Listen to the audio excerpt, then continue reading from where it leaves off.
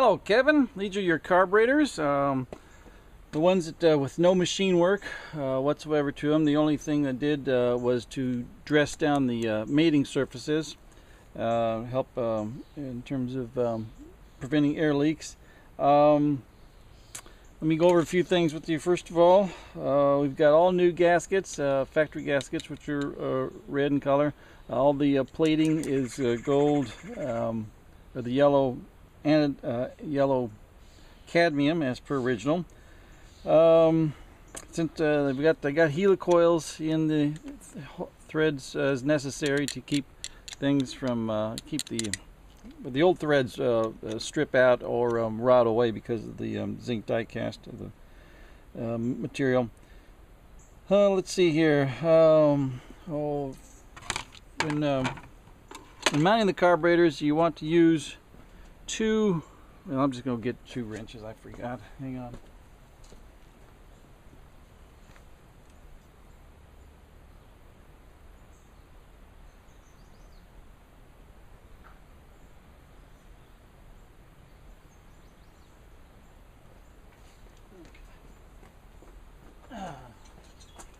Alright, we're mounting the carburetors. You want to use 2 wrenches.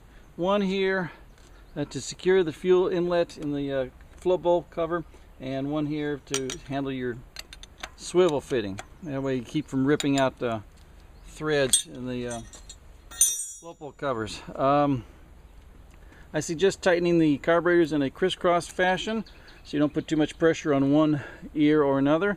And before you do final tightening, get the carburetors in position. Remember, choke levers go to the center. And before you do final tightening on the carburetors, have them where they're a little bit loose. Install your air log, and then tighten up the carburetors. So that means you can take your air log off and on, because otherwise, you tighten up the carburetors and go a lot of work, and then put the air log in position. It doesn't fit, then you have to undo everything. Let's see here. Be sure to install the support rod for the carburetors. Let's see what else we got. Fuel is very important on these carburetors. Make sure you got a clean fuel filter, clean fuel tank, and good fresh fuel, and clean fuel lines. And I always suggest installing a aftermarket steel fuel filter between your factory fuel filter and the fuel pump. If you see any red sediment, looks like real fine sand in your fuel filter or anything like that, that's not sand, it's rust, and you got to find out what the source is, because it's going to clog up your carburetors.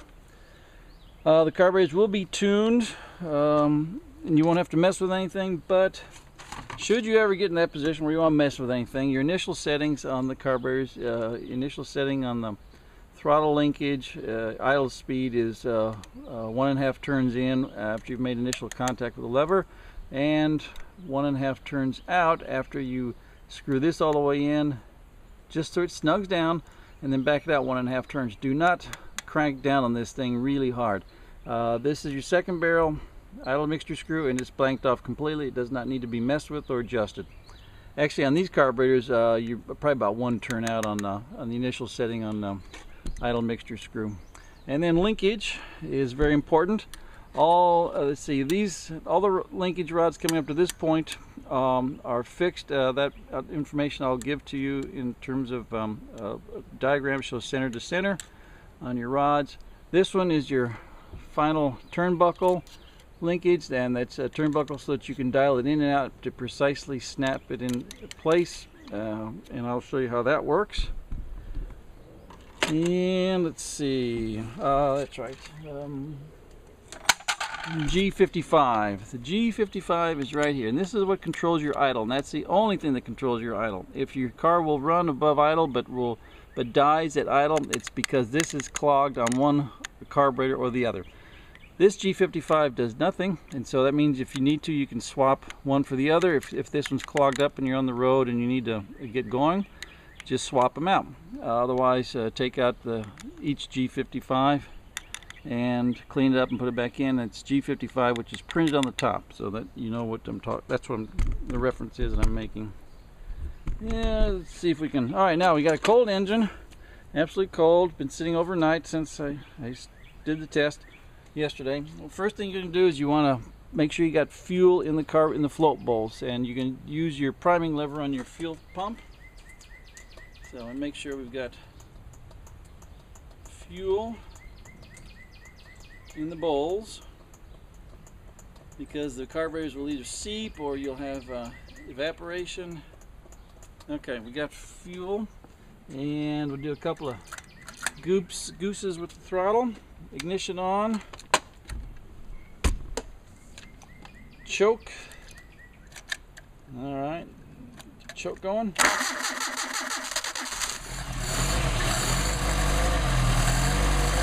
Not bad at all.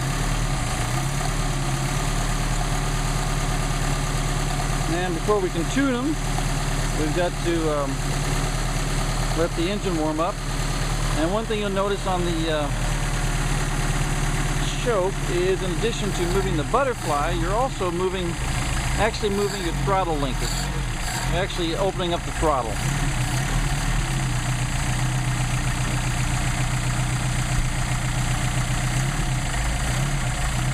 I don't know why I mentioned it. It just seemed important to mention. Who knows? And it's actually about 90 degrees out, so we don't need to do a heck of a lot of warm up here. Alright, the elements, basic elements of tuning.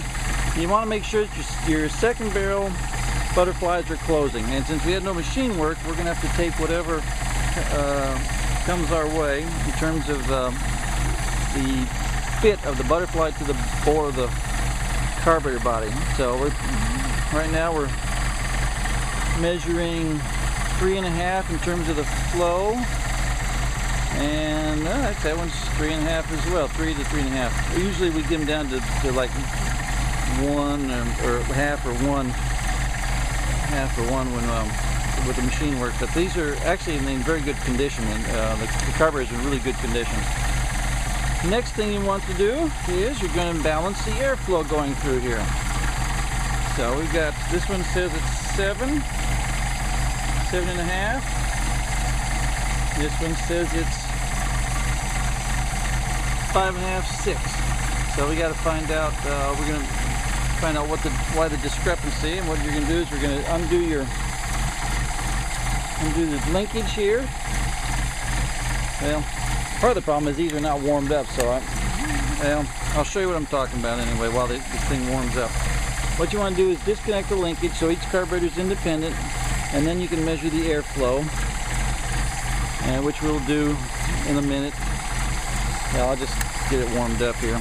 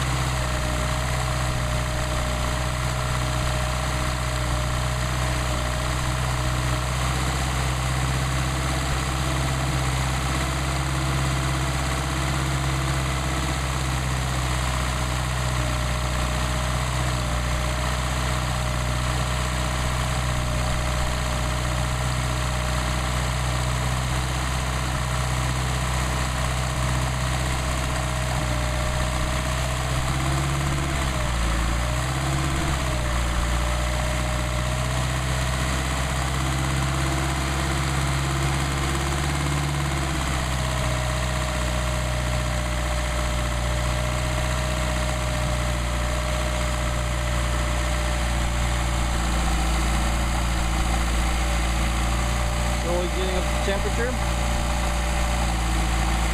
Thermostat just opened. You can see the temperature, the needle dropping.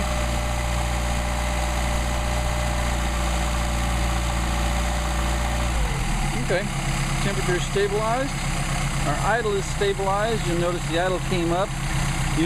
Before it was loping around 600 or 700. Now we're up to temp, operating temp. Now let's see what we're reading here. Are we reading 7? And nope, it's reading 8. That's reading 7. Alright, so we're going to pop the linkage. Alright, see right there, the idle dropped. Now let's see what we got. That's 6.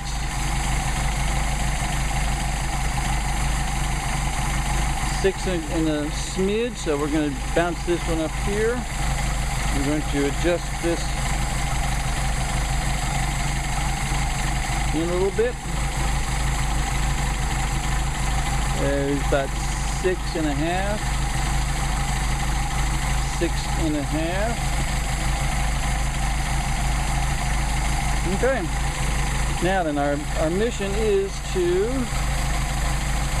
adjust the throttle linkage such that, and then I have this tightened on one end and I adjust the other one just because I do so much carb testing, but you'll have this loose and you'll be able to twist this whole thing as a turnbuckle, and your object is to get the linkage lined up so that when you pop that ball, that last ball in place, nothing changes in terms of the idle.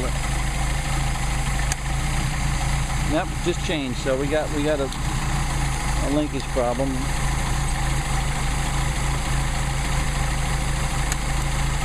There, nothing changed.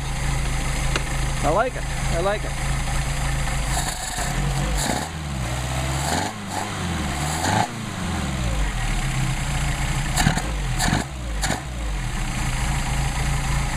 Those are nice carburetors. All right, then we'll try a restart. Those are nice. Those are nice carburetors, Kevin.